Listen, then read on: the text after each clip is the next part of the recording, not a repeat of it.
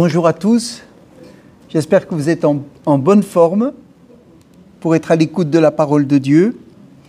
Et ce matin, le titre du message, « L'Esprit souffle où il veut ». L'Esprit souffle où il veut. Et j'aimerais commencer par prier, vraiment. Et notre frère ce matin disait, prenez le passage, demandez et l'on vous donnera, cherchez et vous trouverez. Et vous savez ce que j'aime, c'est vraiment quand on ne se consulte pas, et c'est ce qu'en général on fait, et que le Seigneur met le même verset dans le cœur. Amen. Ça, c'est vraiment, ça nous montre combien le Seigneur est attentif à ce que nous désirons et à ce que nous voulons, mais aussi à ce qu'il veut. Alors je voudrais déjà prier et dire, Père, nous avons besoin que ton Saint-Esprit souffle sur nous, sur notre assemblée. Et il a prévu de souffler puissamment sur la ville, mais nous te demandons qu'il souffle en premier sur notre assemblée, afin que ceux qui sont déjà sauvés soient puissamment renouvelés, et que ceux qui veulent être changés, ceux qui désirent naître de nouveau, puissent naître à la vie de l'Esprit. Seigneur, c'est ma prière. Seigneur, nous avons besoin que nos vies soient profondément transformées par ton Esprit. Alors, Seigneur, je te le demande, exauce cette prière. Merci, Seigneur. Amen. Amen. Ce matin, je voudrais qu'on parle de deux hommes, deux parcours, deux transformations, deux êtres qui sont nés de nouveau. Il y en a un qui s'appelle Nicodème et l'autre qui s'appelle Saul de Tarse. C'est vraiment deux personnages complètement différents. Mais alors, différents à un tel point que on va voir dans leur propre vie combien il y en a un qui était vraiment un homme qui allait à fond. Et dès qu'il s'est converti, il a été à fond. Et un autre qui était beaucoup plus dans la réserve. Et qui, dans la situation où il était, et pas que lui, s'est plutôt fait très discret. Mais ça n'a pas pu tenir. Il a fallu un jour qu'il parle et qu'il montre qui il était. Amen. Et ça ne peut se faire que si le Saint-Esprit est à l'action.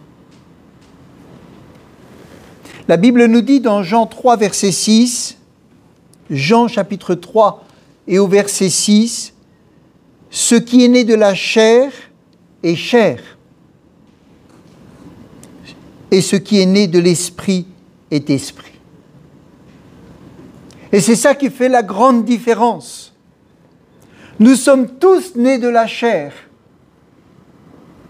mais Dieu veut tous nous faire naître de l'esprit. On ne vient pas au monde né de l'esprit, on vient tous au monde né de la chair. Et l'annonce de l'Évangile nous amène à désirer naître de l'esprit. Et voyez-vous, Nicodème était un homme qui voyait les miracles que Jésus faisait.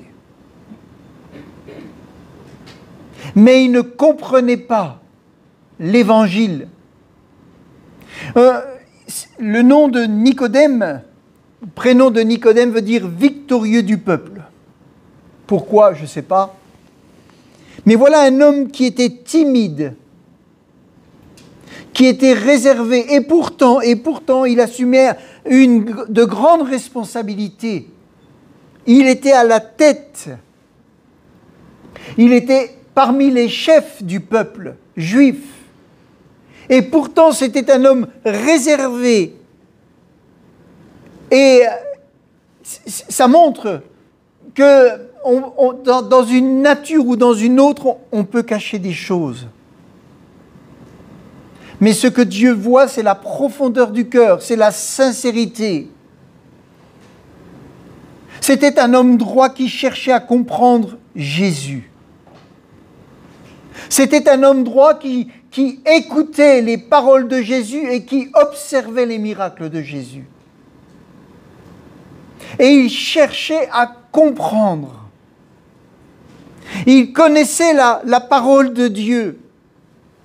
Il était avec des gens qui étudiaient la parole de Dieu, avec des gens qui scrutaient la parole de Dieu et qui prenaient des décisions par rapport à la loi de Dieu. Mais quand Jésus est paru et qu'il a commencé à faire des miracles, alors ils ont été tous touchés, en tout cas, ils ont été interpellés par Jésus. Voyez-vous, Nicodème est un homme qui se laisse convaincre. C'est pas rien de se laisser convaincre. Il faut que le cœur soit ouvert, il faut que l'esprit soit ouvert. Il faut être capable d'entendre des choses qu'on n'a pas l'habitude d'entendre. Il faut être capable d'accepter de raisonner autrement, de se mettre à la place de l'autre. Il faut accepter que ce qu'on a appris peut ne pas toujours être juste ou peut évoluer. Il faut être capable de se dire « j'ai mes habitudes ». J'ai ma façon de vivre même la foi. Mais quand Jésus est arrivé, il a voulu amener quelque chose de nouveau.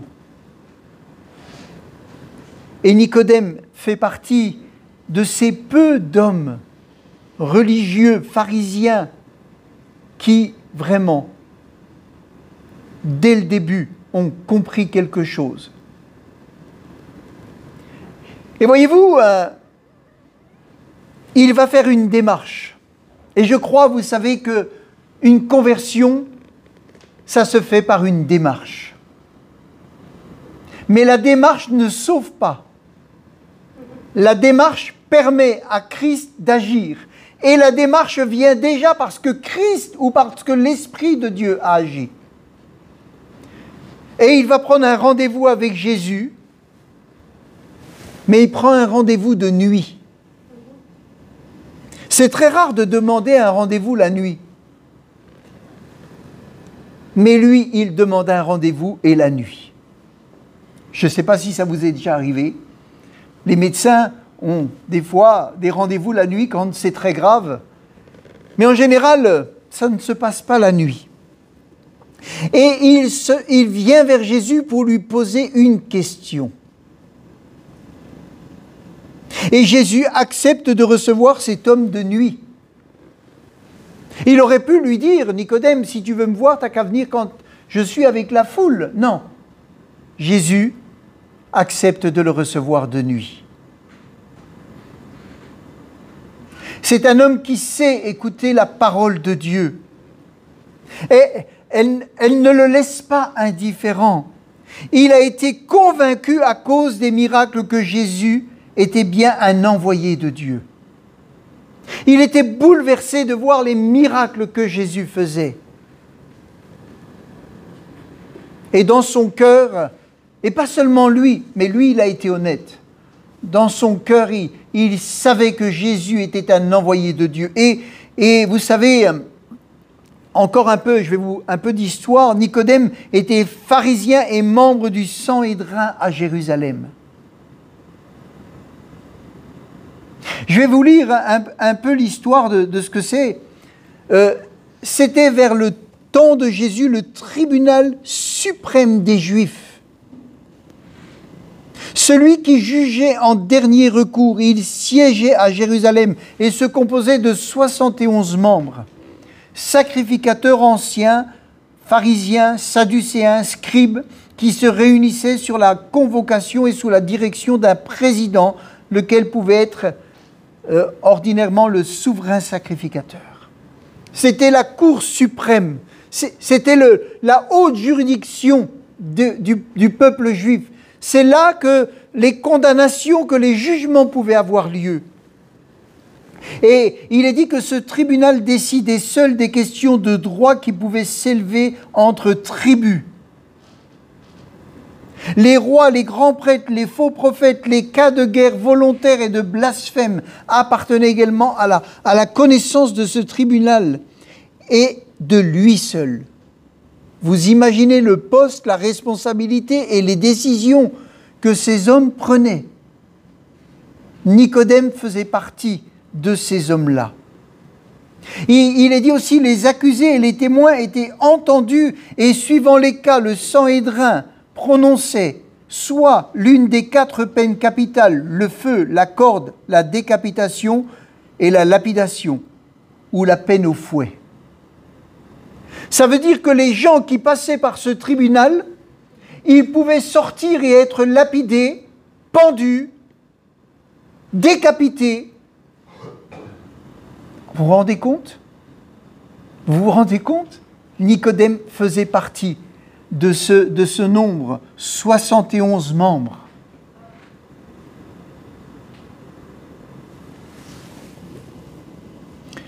Jésus a comparu devant ce tribunal comme faux prophète et faux messie. Pierre a comparu, Jean a comparu, Étienne comme blasphémateur, Paul comme enseignant de fausses doctrines sont passés devant ce tribunal, ce haut tribunal qui avait toute autorité. Alors vous comprenez peut-être mieux pourquoi Nicodème va voir Jésus de nuit. Moi maintenant, en tout cas, je comprends mieux pourquoi il va voir Jésus de nuit. Ce fut un rendez-vous extraordinaire parce que dans ce rendez-vous, il nous est révélé les choses merveilleuses que Jésus dit à Nicodème. Et ce sont des choses merveilleuses qui ont besoin d'être entendues, écoutées et reçues. Amen. Il lui explique qu'un homme, de par sa simple nature, ne peut rentrer dans le royaume de Dieu. Ces hommes religieux se trouvent maintenant face à la nouvelle alliance. Eux qui étaient des enfants d'Abraham, eux qui avaient reçu, qui étaient le peuple de Dieu. Jésus leur dit, par toute votre connaissance, avec toute l'autorité que vous avez, avec la profondeur que vous pouvez avoir dans les Écritures, je vous le dis, vous ne rentrerez pas dans le royaume de Dieu si vous ne naissez de nouveau. Il est impossible par la compréhension intellectuelle de naître de nouveau. Il faut pour tous l'action du Saint-Esprit. Et il va un peu lui expliquer tout cela. Et dans ce cas-là, on peut dire que sans l'Esprit, il est impossible de rentrer dans le royaume de Dieu. Nicodème va entendre que sans l'Esprit de Dieu, il est impossible de rentrer dans le royaume de Dieu. Il est impossible de devenir une nouvelle créature sans le Saint-Esprit. La nature humaine doit subir une transformation dans le spirituel. On va lire dans Jean 3, verset 1, dans Parole vivante. Jean 3, 1, dans Parole vivante.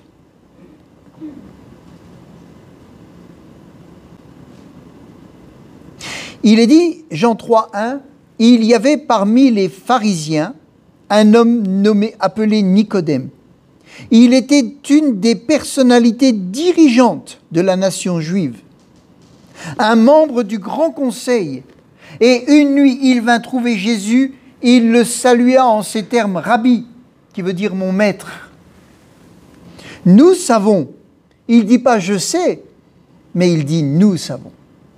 Nous savons que Dieu t'a envoyé pour enseigner, car de toute évidence, personne ne saurait accomplir les miracles que tu fais si Dieu n'est pas avec lui. En gros, il lui dit, tu es un prophète, tu es un envoyé de Dieu. C'est clair. En tout cas, pour lui, c'était clair. Et Jésus va lui donner une réponse. Vraiment, je te l'assure, celui qui ne passe pas par une nouvelle naissance ne saurait voir le règne de Dieu. Celui qui ne passe pas par une nouvelle naissance ne saurait voir le règne de Dieu. C'était des gens consacrés qui se réunissaient et qui avaient une vie spirituelle. Mais il leur dit, vous ne pourrez pas rentrer dans le royaume des cieux. Comment? Et automatiquement, Nicodème lui dit, vous connaissez par cœur, comment un homme déjà vieux pourrait-il naître une seconde fois?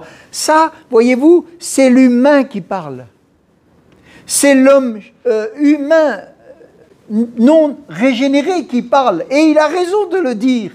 Parce qu'il ne comprend pas. C'est un domaine spirituel, il est naturel. Il ne peut tout de même pas retourner dans le sein de sa mère pour renaître. Vraiment, je te l'assure, reprend Jésus. Vraiment, je te l'assure, reprend Jésus. À moins de renaître d'eau et d'esprit, personne ne peut entrer dans le royaume de Dieu. Il est devant un problème. Il est devant un problème. Il ne comprend pas ce que Jésus lui dit. Il ne comprend pas ce que Jésus lui dit. Il comprend en partie qui est Jésus, mais il ne comprend pas la parole de Dieu.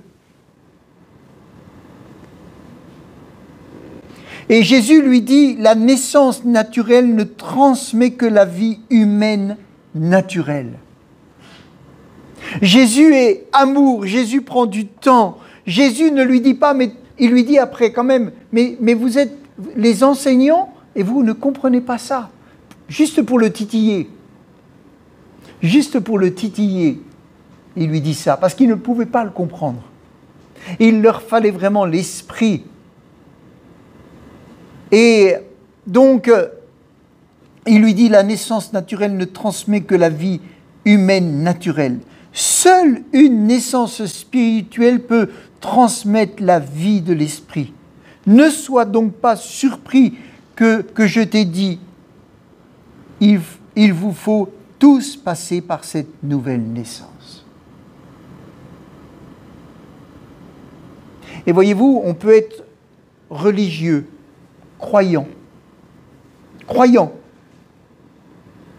Mais Jésus dit, pour entrer dans le royaume de Dieu, il faut qu'il y ait une expérience et il faut qu'il y ait une action particulière du Saint-Esprit.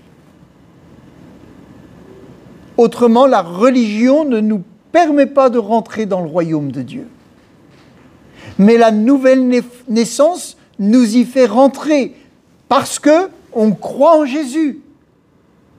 Et vous savez, c'est très important.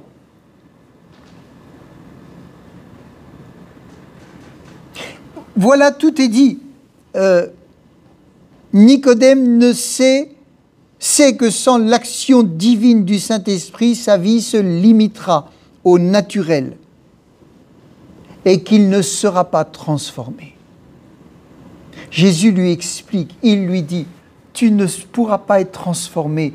Tu pourras admirer peut-être tout ce que je fais. Tu pourras remercier l'Éternel de voir ses miracles. Tu pourras peut-être être content de voir ces choses, mais tu ne pourras pas rentrer dans le royaume de Dieu. Tu as besoin de naître de nouveau. Et Jésus va plus loin encore. Il dit, au verset 8, « Le vent souffle où il veut. Tu en entends le bruit, mais tu ne sais ni d'où il vient, ni où il va. Et de même, tu ne saurais dire comment un homme renaît du souffle de l'esprit. » Ça ne s'explique pas, frères et sœurs. Ça ne s'explique pas. Comment vraiment l'Esprit de Dieu réveille notre esprit et fait de nous des êtres, on est déjà des êtres spirituels, mais des êtres spirituels qui maintenant sont en connexion, qui sont maintenant nés d'une façon nouvelle, spirituelle, et peuvent être directement en contact avec Dieu et directement comprendre la parole de Dieu et directement commencer à vivre d'une façon nouvelle. Ça ne s'explique pas. C'est quelque chose qui se vit.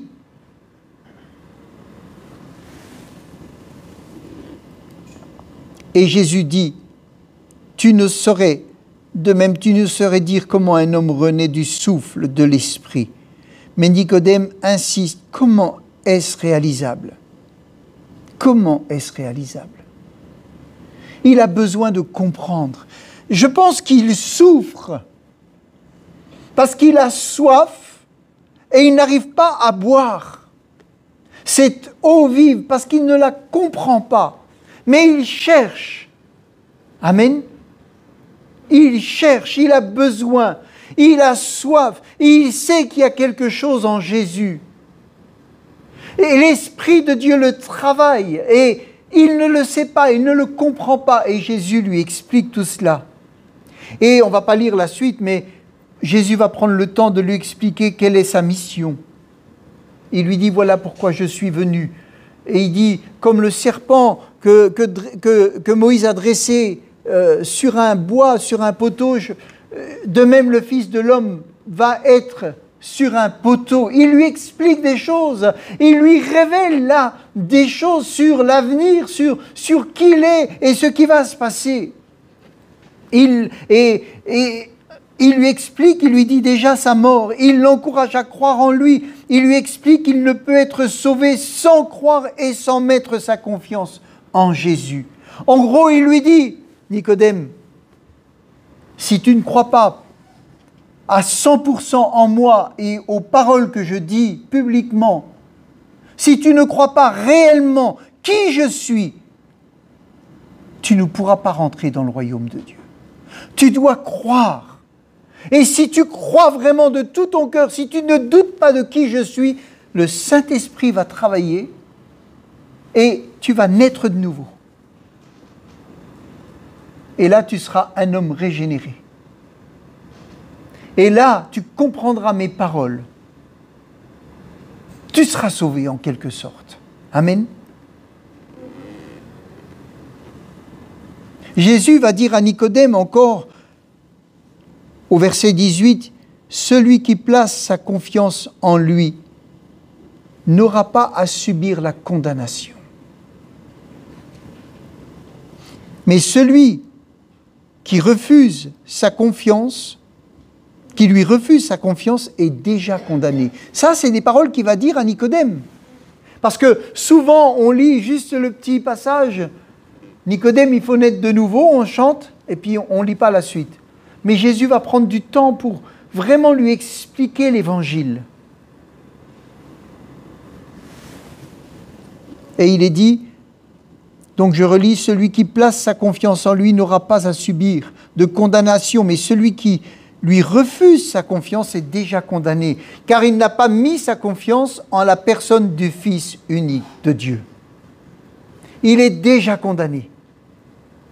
Et voyez-vous, quand Nicodème va rentrer à nouveau dans les réunions du Sanhédrin, quand ils vont parler de l'action de Jésus, et pendant 3 ans, quand il va entendre cela, une parole va résonner en lui.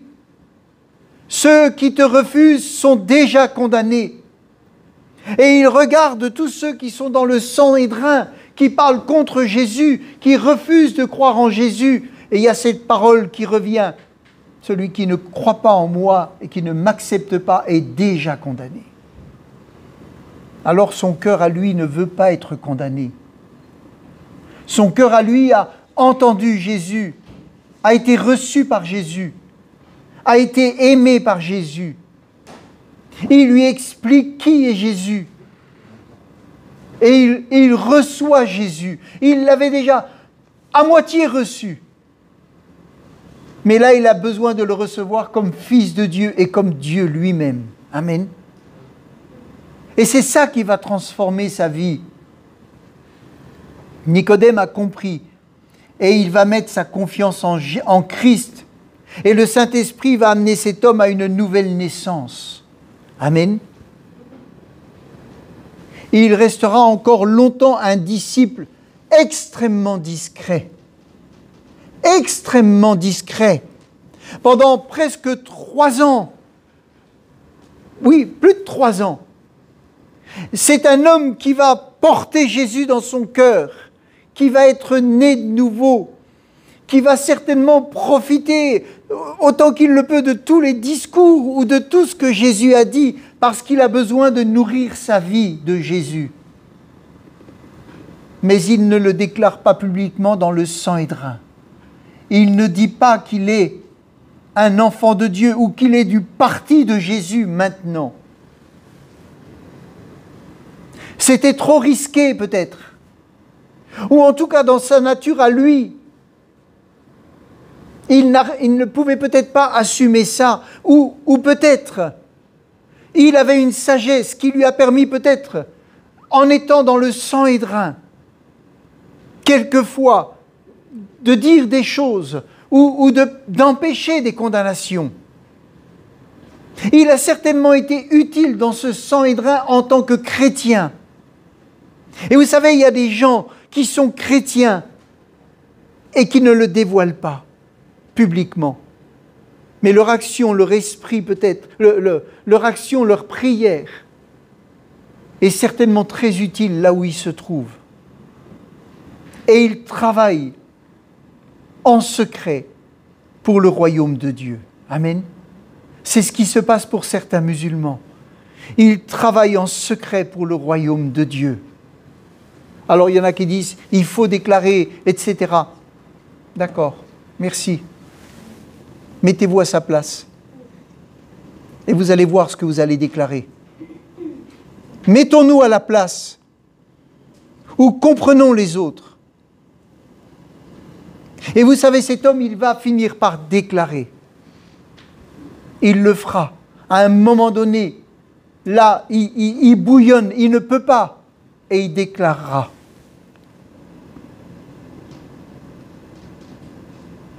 Un jour, il va protester contre la condamnation. On va lire dans Jean chapitre 7, verset 50. Verset 37, pardon. Jean 7, 37, toujours dans Parole vivante. Jésus va prendre un haut-parleur. Le dernier jour de la fête, le jour le plus solennel, Jésus se tient devant la foule et lance à pleine voix. Si quelqu'un a soif, qu'il vienne à moi et qu'il boive. Comme le dit l'Écriture, des fleuves d'eau vive jailliront de l'être intérieur de celui qui place sa confiance en moi. Wow. Devant toute la foule, il crie ça pour que tout le monde l'entende.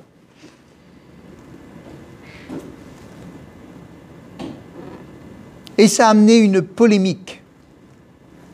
Il est dit un peu plus loin au verset 44, « Quelques-uns pensaient que le mieux serait de l'arrêter tout de suite, mais personne n'osa le faire. » Quand il a pris le haut-parleur, ils se sont dit, là, s'il commence à crier à la foule, alors là, il faut le faire taire. Parce que ce Jésus-là ne s'arrêtera pas si on ne l'arrête pas. Et, vous voyez, il est dit, les gardes, au verset 45, du temple retournèrent auprès des chefs, des prêtres, des pharisiens. Et lorsque ceux-ci leur demandèrent, pourquoi ne l'avez-vous pas amené, en parlant de Jésus, ils répondirent, personne n'a jamais parlé comme cet homme. Personne n'a jamais parlé comme cet homme. Ils étaient touchés par Jésus. Ils étaient touchés par son message. Ils étaient touchés par sa connaissance. Ils étaient touchés parce que ses paroles allaient droit au cœur, parce qu'il était loin du Saint-Esprit et parce que ses paroles touchaient profondément leur vie. Et ils étaient les gardes. Ils étaient celui qui pouvait l'arrêter et ils ne pouvaient pas l'arrêter. Comme leurs mains étaient paralysées, ils ne pouvaient pas l'arrêter. Parce qu'ils étaient émus, touchés.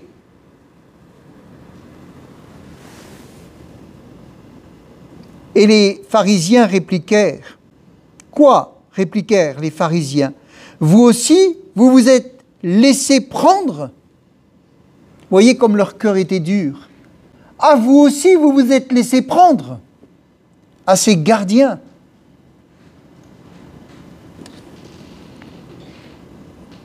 Et ils disent, est-ce qu'un seul, verset 48, est-ce qu'un seul des chefs ou un seul des pharisiens a cru en lui? Et vous avez Nicodème qui est là. Et là, un homme d'autorité, je ne sais pas lequel a parlé, mais un des pharisiens, quand il s'est passé ça, il s'est retourné vers tous ses collègues. Et il dit, est-ce qu'il y en a un parmi les pharisiens qui a cru en lui? Il pouvait être condamné immédiatement. Il l'amenait devant et disait, tu es un traître. Et pouvait le faire condamner, lapider et tout et tout. Et ils répondent, ils disent encore, il n'y a que cette populace qui ne connaît rien à la loi, maudit soit-elle. Oh là là, vous sentez déjà la colère qui va venir contre Jésus, contre les croyants. On sent déjà la colère d'une persécution qui est là, par l'orgueil. Et voyez-vous, il est dit, là-dessus, l'un d'entre eux, Nicodème, celui qui précédemment était venu trouver Jésus, leur dit, notre loi nous permet-elle de condamner un homme sans l'avoir entendu et avant d'avoir fait une enquête sur ses actes? Ah, toi aussi tu deviens galiléiste? Et ils ne l'ont pas loupé. Ah, toi aussi tu deviens galiléiste? Et là, Nicodème déclare clairement qui il est maintenant. Amen. Il déclare clairement. Et ils lui disent, étudie donc un peu les Écritures, informe-toi, et tu verras que jamais un prophète n'est sorti de la Galilée. Et chacun rentra chez lui. Mais Nicodème, voyez-vous, était né de nouveau. Et il avait grandi. Et là, il pouvait supporter la pression. Amen. Si vous n'êtes pas né de nouveau, vous ne supporterez pas la pression. Si l'Esprit de Dieu n'est pas en vous, vous ne pouvez pas supporter. Parce qu'humainement, il y a des limites. Vous allez vous venger. Là, il est rentré chez lui. Et je pense qu'il a été vraiment encouragé par le Seigneur. Encouragé par le Seigneur. Et j'aimerais vous dire qu'il y a un autre homme, avant de parler de Saul de Tarse très rapidement, il y a un autre homme qui était avec lui dans le Sanhédrin et qui était chrétien. Vous savez, je crois que le Seigneur est bon et ne nous laisse jamais seuls. Et voyez, il y a un homme, Joseph d'Arimathée, qui était chrétien et qui faisait partie là du Sanhédrin. Et je pense que Nicodème, ou alors ils ne se sont pas dit, je ne sais pas. Mais en tout cas, il y a un moment donné, ils se sont rejoints. Ceux qui sont nés de nouveau, à un moment donné, se rejoignent. Travaillent ensemble, souffrent ensemble, prennent des positions ensemble et servent le Seigneur ensemble. Si tu es né de nouveau, à un moment donné, tu prends position et tu travailles avec ceux qui sont nés de nouveau. Et on va le voir. Joseph d'Arimathée, il est dit dans Jean 19, verset 38, toujours dans Parole vivante. Après ces événements, Joseph d'Arimathée alla demander à Pilate la permission d'enlever le corps de Jésus. Il était aussi disciple du Seigneur, mais il s'en cachait par peur des autorités religieuses. Je crois que dans cette ville, il y a des gens qui sont chrétiens, mais pour d'autres raisons, peut-être pas par peur des autorités religieuses, mais ils se cachent. Et mon désir, c'est qu'ils ne se cachent plus. Qu'ils soient libérés pour pouvoir soutenir le projet de Dieu dans cette ville. Amen. Et il est dit, Pilate y consentit. Joseph alla donc, écoutez, Joseph alla donc détacher le corps de Jésus. Détacher un mort. Enlever les clous. Le porter sur lui, tout ensanglanté, pour le mettre dans un linceul et l'amener dans son propre tombeau qu'il avait préparé pour lui. Vous savez, je crois vraiment qu'il y a des gens, on n'a pas l'impression qu'ils sont chrétiens, mais dans des événements particuliers, ils montrent qu'ils sont presque plus chrétiens que nous. Et ils ont, des fois, il y a des gens, on est étonnés, il y a des gens ils sont profondément chrétiens. Pour des raisons quelconques, ils ne le manifestent pas. Ça peut être des fois une nature plus... Je ne sais pas. Mais en tout cas, dans certains événements, ils vont le montrer d'une façon merveilleuse. Et Joseph d'Arimathée, là, il va détacher le corps de Jésus entre ces deux brigands. Il va le porter, il va être plein de sang. Et il va le prendre. Et il est dit...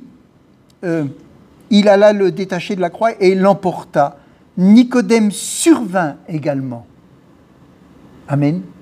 Nicodème survint également. C'était lui qui au commencement était allé trouver Jésus de nuit. Il apportait environ 30 kilos d'un mélange de myrrhe et d'aloès. Ou d'aloe, je ne sais pas. Tous deux prirent donc le corps de Jésus et l'enveloppèrent de bandes de lin, en les saupoudrant d'aromates, comme il est d'usage chez les Juifs d'ensevelir les morts. Non loin de l'endroit où Jésus avait été crucifié, il y avait un jardin dans lequel se trouvait un tombeau neuf où personne n'avait encore été enseveli. C'est donc là, dans cette tombe toute proche, qu'ils déposèrent le corps de Jésus en toute hâte, parce que c'était le vendredi soir, c'est-à-dire pour les Juifs le jour de la présentation du sabbat.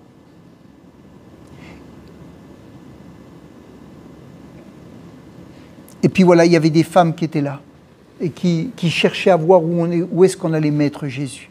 Elles suivaient cette scène de loin. Et ces deux hommes qui s'étaient cachés sont devenus des hommes là publics et vont porter le corps de Jésus et vont le préparer. Vous vous rendez compte ? Vous vous rendez compte ? S'il n'y avait pas eu cette nouvelle naissance, ils n'auraient pas pu faire ça. Il est dit, Joseph d'Arimathée, membre du Sanhédrin, conseiller distingué qui attendait le royaume de Dieu. C'est dans Marc 15, verset 43. Il n'avait pas acquiescé à la sentence de mort prononcée par le Sanhédrin, car il était disciple de Jésus, mais en secret, comme Nicodème, seul autre membre du conseil qui eut foi en Christ. 2 sur 89, je crois, c'est ça ? Que 2. Au milieu d'hommes opposés à l'Évangile, croyants, religieux, mais opposés à Jésus. Et ils ont tenu pendant ces 3 ans. Et ils se sont manifestés au dernier moment. Amen. Certainement, ces hommes après étaient dans la chambre haute avec les 120. Si on lit encore rapidement, c'est dans Marc 15, on va rapidement. Il est dit, Pilate s'étonna qu'il fût mort aussitôt, il fit venir le centenier et lui demanda s'il était mort depuis longtemps. S'en étant assuré par le centenier, il donna le corps à Joseph. Voilà.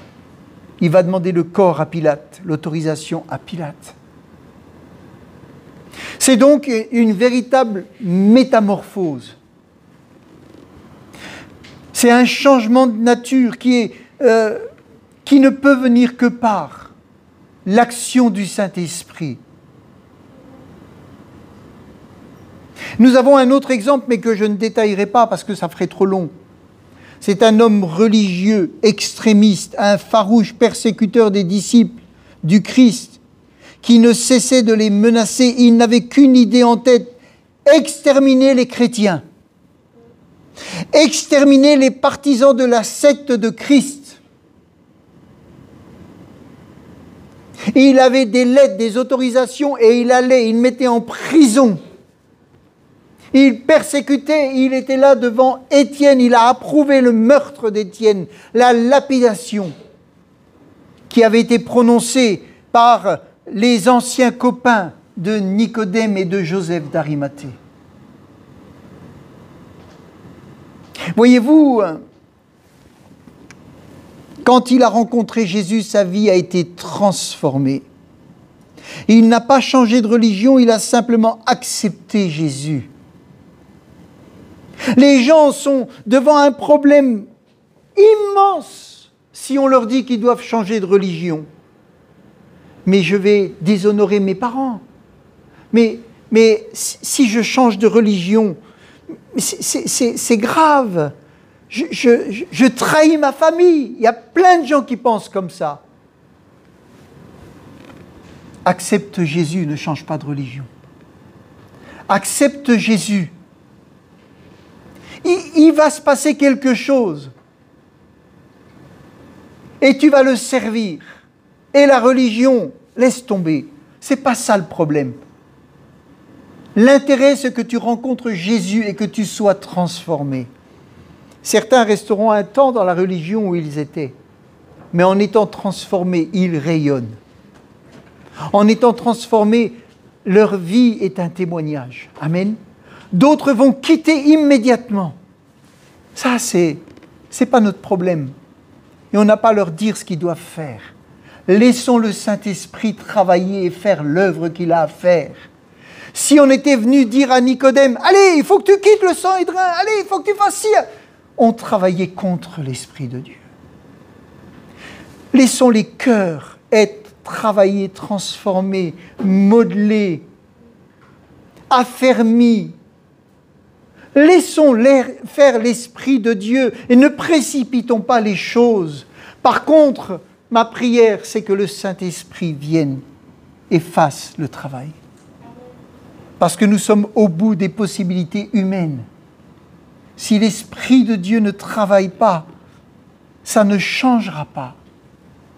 Ça ne changera pas. Et cet homme, Paul, Saul de Tarse, en 3 jours, cet homme est baptisé d'eau, baptisé du Saint-Esprit, guéri de cécité, et il devient un outil puissant qui va se mettre tout de suite à parler.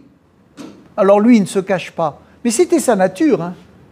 Il allait, il prenait les chrétiens, et ça, il était là, il allait demander des lettres. Vous savez, Dieu ne nous enlève pas totalement notre nature.